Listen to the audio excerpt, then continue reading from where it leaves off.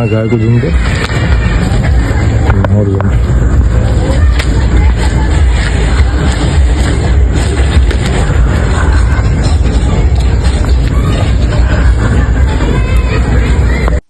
वसई पूर्व परिसरात कचरा व्यवस्थापनातील अपयश आता गंभीर स्वरूप धारण करत आहे।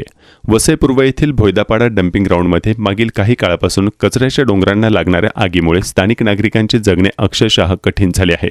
प्रशासनाचे दुर्लक्ष आणि बंद पडलेल्या वेस्ट प्रोसेसिंग प्लांटमुळे हा संपूर्ण परिसर आता रोगाचे केंद्र बनला आहे। उन्हाळा वाढत असताना डम्पिंग ग्राउंडमधील कचऱ्याला आपोआप आग लागण्याच्या घटना वाढत आहेत।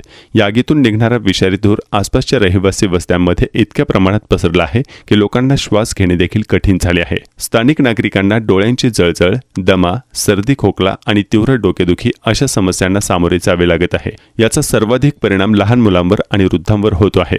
या परिस्थितीचे सर्वात वेदनादायक चित्र म्हणजे त्या मुक्या प्राण्यांचे आहे जे पोट भरण्यासाठी या कचऱ्याच्या ढिगांवर अवलंबून आहेत। स्थानिक नागरिकांच्या मते परिसरातील भटक्या गायी, म्हशी आणि कुत्रे अन्नाच्या शोधात या डम्पिंग यार्डमध्ये जातात।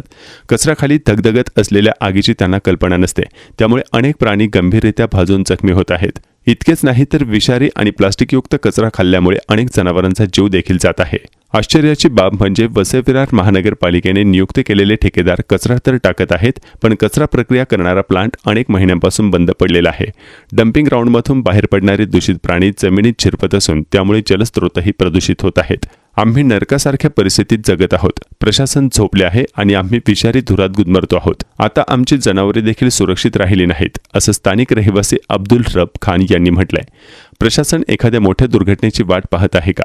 जेव्हा माणसासोबत निसर्ग आणि मुक्या प्राण्यांचेही जीव धोक्यात येतात तेव्हा विकासाच्या दाव्यांची पोल उघड होते।